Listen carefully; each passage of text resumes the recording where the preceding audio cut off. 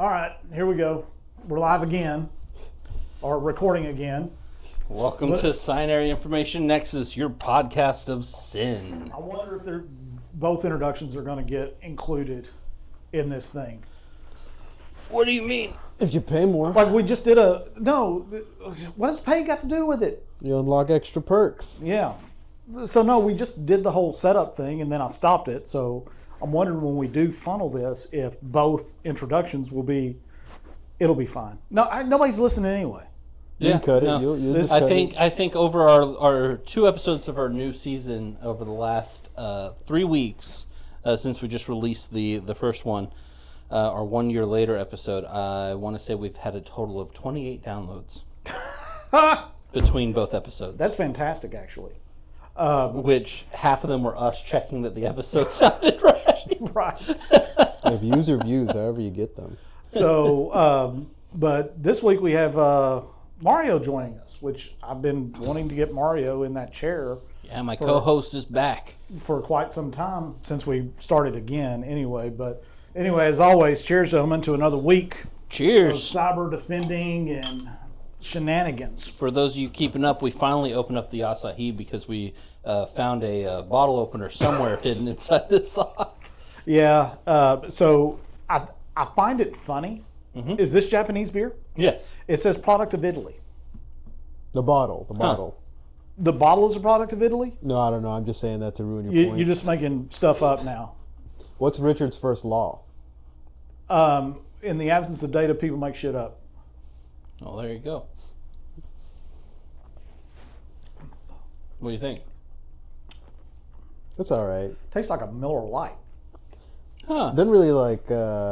It says super dry. I'm not like the. It's not dry. I'm not like a beer guy, but it doesn't really taste like much. No. It's Well, I'm drinking the Voodoo Ranger Imperial IPA still because we had those were still in the fridge. Yeah, we had some of because both of us got through one last time. We're like, the nectar of the devil left in the fridge. So, fun packed episode. I know you guys have been wanting to know what the topic for today is, but before we get to that, what I want to talk about is the outage that happened yesterday with Sentinel-1. Yeah, that was for anybody that doesn't know, Sentinel-1 had a console outage yesterday that lasted approximately 6 hours. Now, Sentinel-1, what they're saying is that the agents were still active and still doing, but SOC personnel, cybersecurity folks, couldn't get to the console. right. Which leads me to so here's my question, right?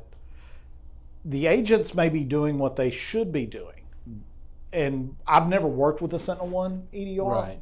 but I assume it does like suspicious activity and stuff that it doesn't contain. It just Right. alerts you to. Right. Right? So I'm sure that would have been affected in like a PS exec script going across the network. Yes and no. So you're absolutely right in the fact that it couldn't be responded to in that time. However, at least if their agent works similarly to the agents we have interacted with, oftentimes event logs especially are contained both on the agent and then sent to the cloud, which means that if the agent can't get access to the cloud, it stores those events until it does get access and then it sends them over. So without getting into too much detail, so we can actually pull that from our threat down endpoint agents as well.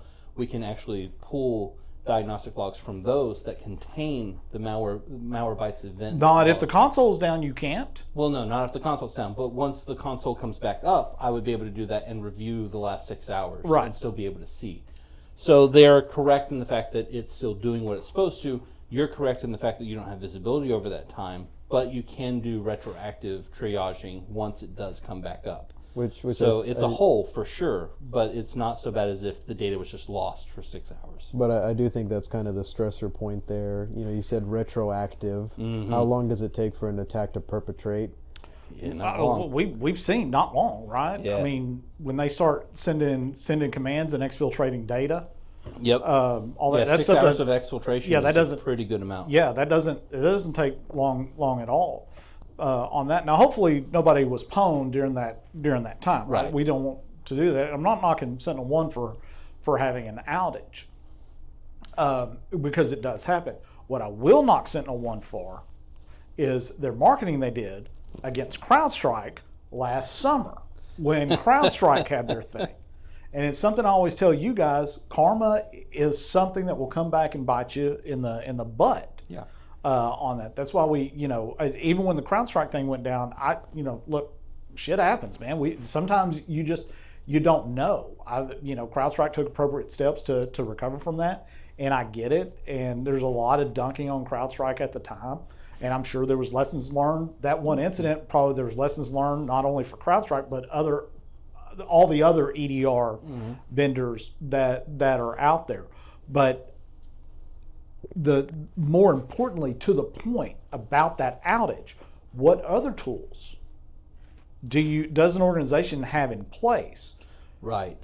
other than EDR, that could have supplemented the EDR outage? Because again, sometimes those things They break. happen. Yeah, I mean it does happen from time to time. So do you have MDR? Do you have other ways to detect and prevent bad stuff from happening on the network? Or are you a one-trick pony like Sentinel-1 and CrowdStrike want you to be? Right? Those, I remember I threw a hissy fit several years ago when there's an EDR vendor, well-known EDR vendor, started calling their product an MDR, managed detection and response.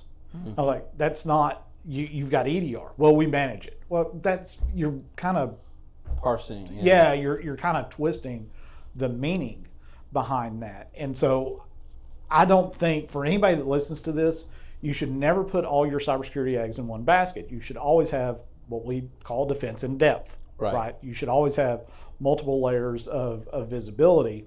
So if something like this does happen, you can fall back to a second layer of visibility and move on with life until they get it fixed. Which leads me to the topic of today. What's up with the damn acronyms in cybersecurity? Oh, we're finally talking about that, huh? Yeah, we are finally going to talk about that. I waited 3 hours for that. Drink your beer.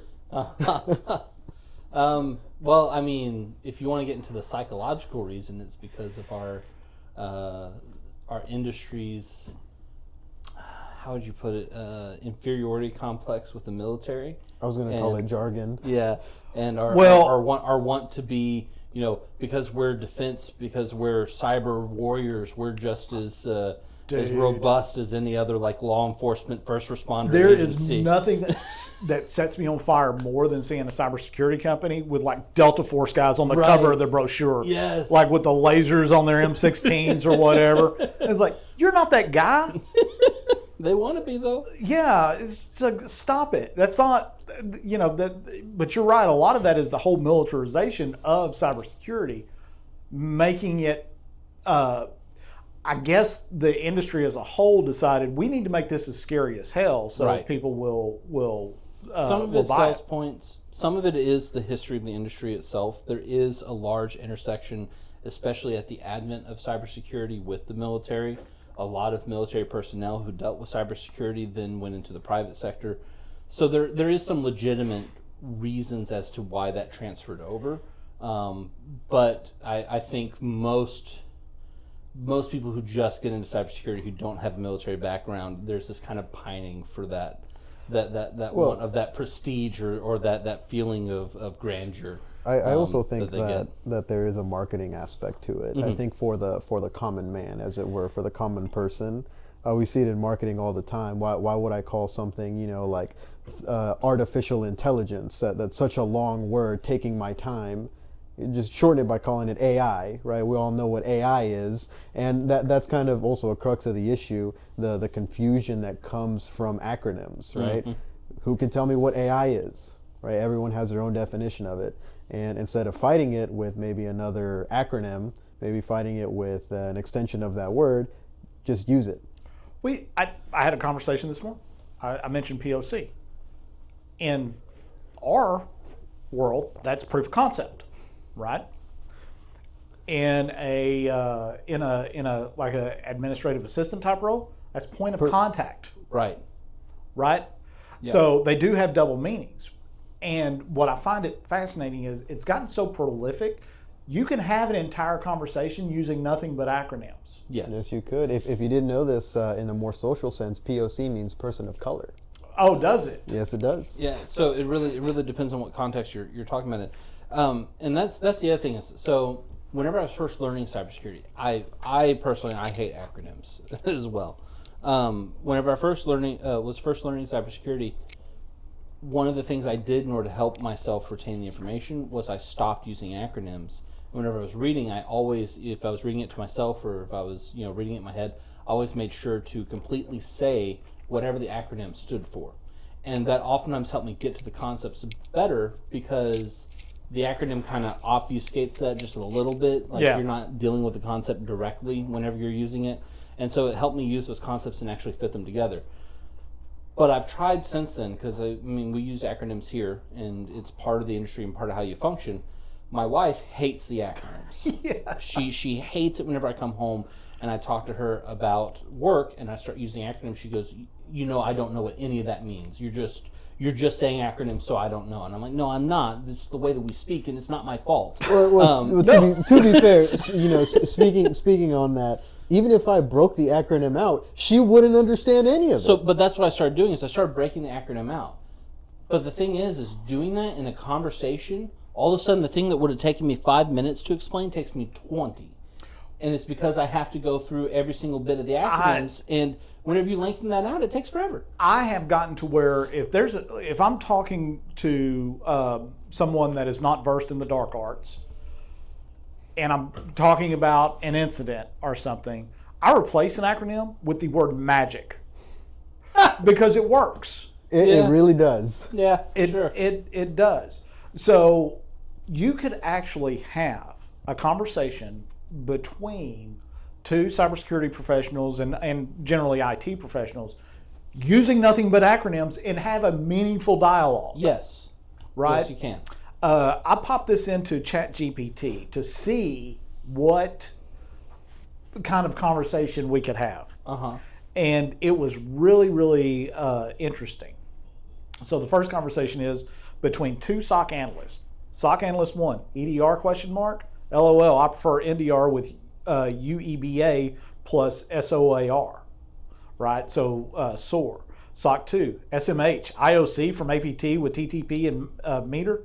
Mitre, RIP my sim, right? OMG, MFA failed, CVE or misconfig. IDK, ask the MSSP. Waiting on CTI via STIX. BTW, CISO said our PAM broke IAM FML. Right, so it gets to the ridiculousness. I like the number of colloquial acronyms in there, like FML and LOL. Right. Yeah, just popped in there. It brought me back to the flip phone days. I think I just pressed 7 3 times to get the right letter. So here's another one. SOC analysts use SIM, EDR, and NDR with SOAR to triage IOCs and TTPs from APTPs via Mitre and NIST frameworks. MSSPs integrate XDR, IDS, IPS, and UEBA to enhance MDR. CISOs rely on CVE, CVSS, and STIX for CTI while leveraging IAM, MFA, PAM to meet CMMC, HIPAA, and NIST CSF compliance. Yeah. That means something to us. Yes, and it was all, it all made sense. But you realize how ridiculous that is. I kind of like your point though, Joe. Imagine how much more ridiculous it would be to explain all of that. That information you conveyed to me was excellently packaged up in a way that I understood it in maybe a minute or two. Right. Now let's go with my theory. Let's just replace it with magic, and see if it carries the same weight. SOC analysts use magic and magic with some other magic to triage magic and bad magic from bad magicians via magic and magic frameworks. Are you suggesting Scinary is Hogwarts? Yes. What does I'm that make- actually, maybe not Hogwarts. Maybe we're closer to that Key and Peele thing about the inner city,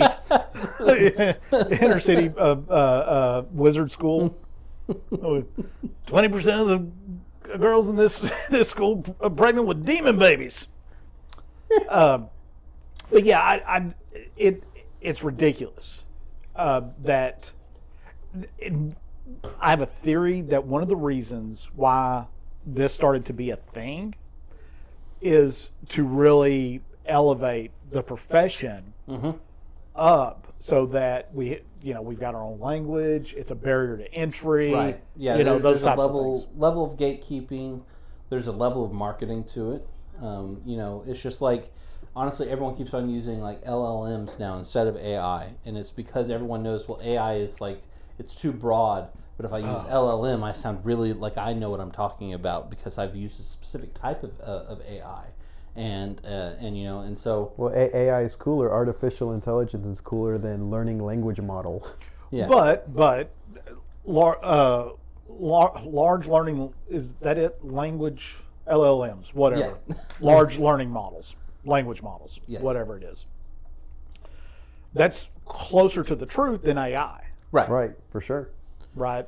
But That is- I do think it's a little bit of yes and here. It's the psychological feeling of grandiosity of this niche that you feel in society, and makes what you do very important. Going back to that feeling like we're like the military. It is gatekeeping. It makes it to where it's very hard to get into this if you have not been baptized in the world of these acronyms. Right.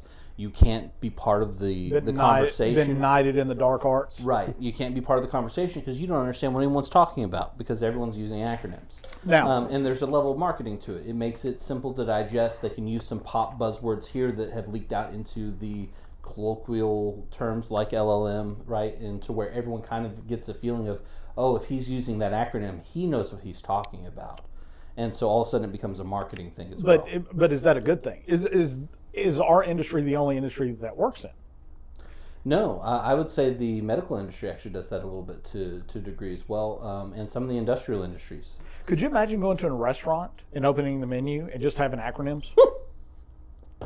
Yeah, no. And then the waiter, Talks and acronyms. talks in acronyms. It'd be very quick, Do you very want, human. Do you want your FM rare? Filet mignon rare? I mean, back at house we did some of that kind of stuff. I mean, you had terms like 86 and stuff like that in restaurants. Yeah, I get that. But those are terms like cut the zip, cut the onions. Yeah. I get that, but that's not an acronym. That's just another way of saying onion.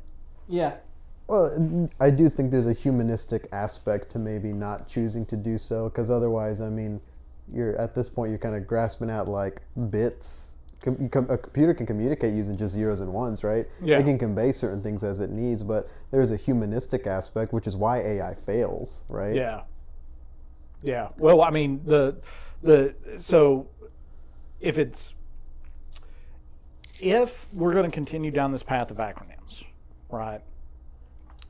I think we need to do a better job of educating the general public on what all this crap means. Sure. Agreed. Yeah, and what's funny is, not to interrupt you, but I almost find the word gatekeep and education interchangeable. Yeah. Because you're right. There's definitely a barrier to entry. I do like what our sysadmin said a while ago. It's a science. You either know it or you don't, and you can prove it or you can't. Right? I like the way we run the SOC. No one can fake it in this industry. Right. You can spout out all the acronyms you want, but if you don't know what they mean, you're not going to make it. Yeah. Right. So I do think while that for me is interchangeable, I would 100% agree that it does elevate the people who are here, because you either know it or you don't, and it makes work more efficient. Well, and I, for one, do. So one of the, and we talk about this all the time.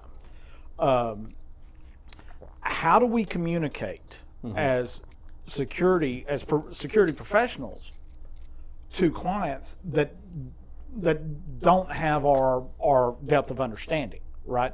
Not saying anything about their intelligence. They're not in the world, right? And so they don't really understand some of the terms that we throw out to them. So we really have to be careful in emails, in phone calls, in messages, whatever we send to them, to make sure we explain it properly on that. And I know for myself, and like for the sales team, we go out of our way, like on demos, to really explain what it's doing. Like, this thing is going to watch this thing, right? And if it does a certain thing, it's going to send me a message.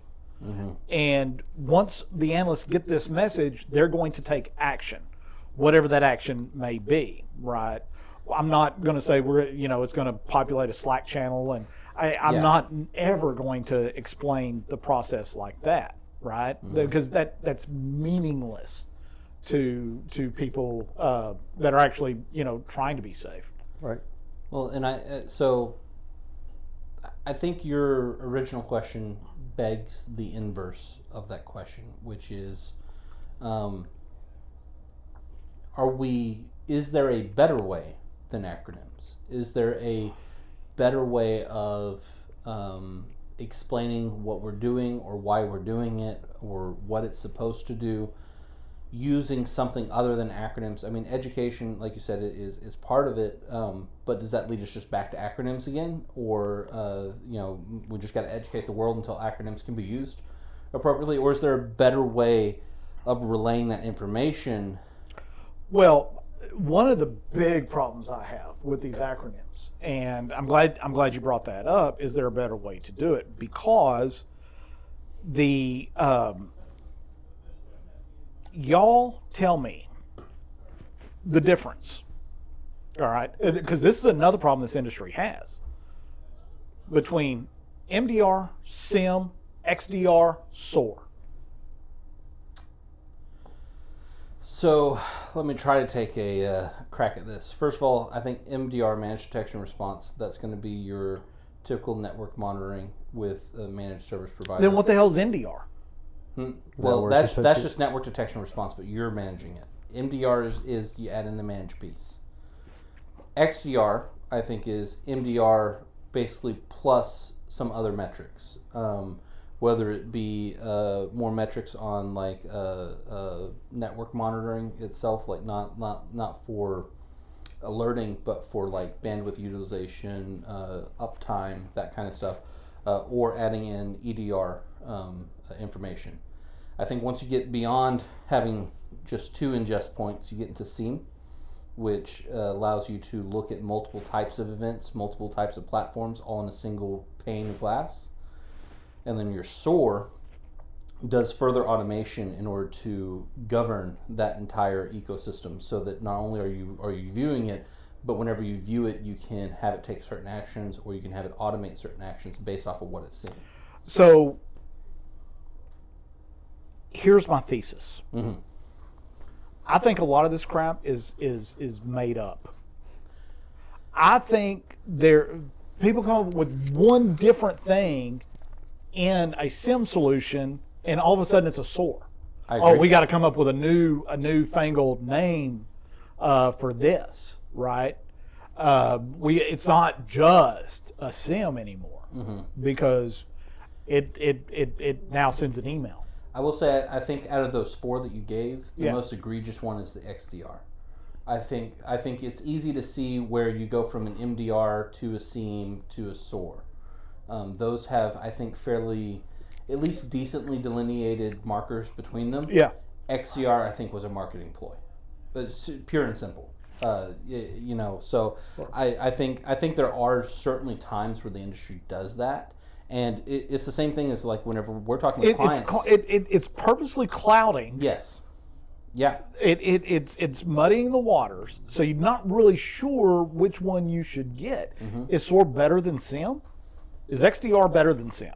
Is SIM better than XDR? Right. Which one fits my needs is probably the biggest question. It's gotten away from objective based. This is what I need. This is where I don't have visibility, so I need to put visibility here. Right. It's gone away from the objective risk based. It's kind of like I've seen a push recently towards automated pen testing.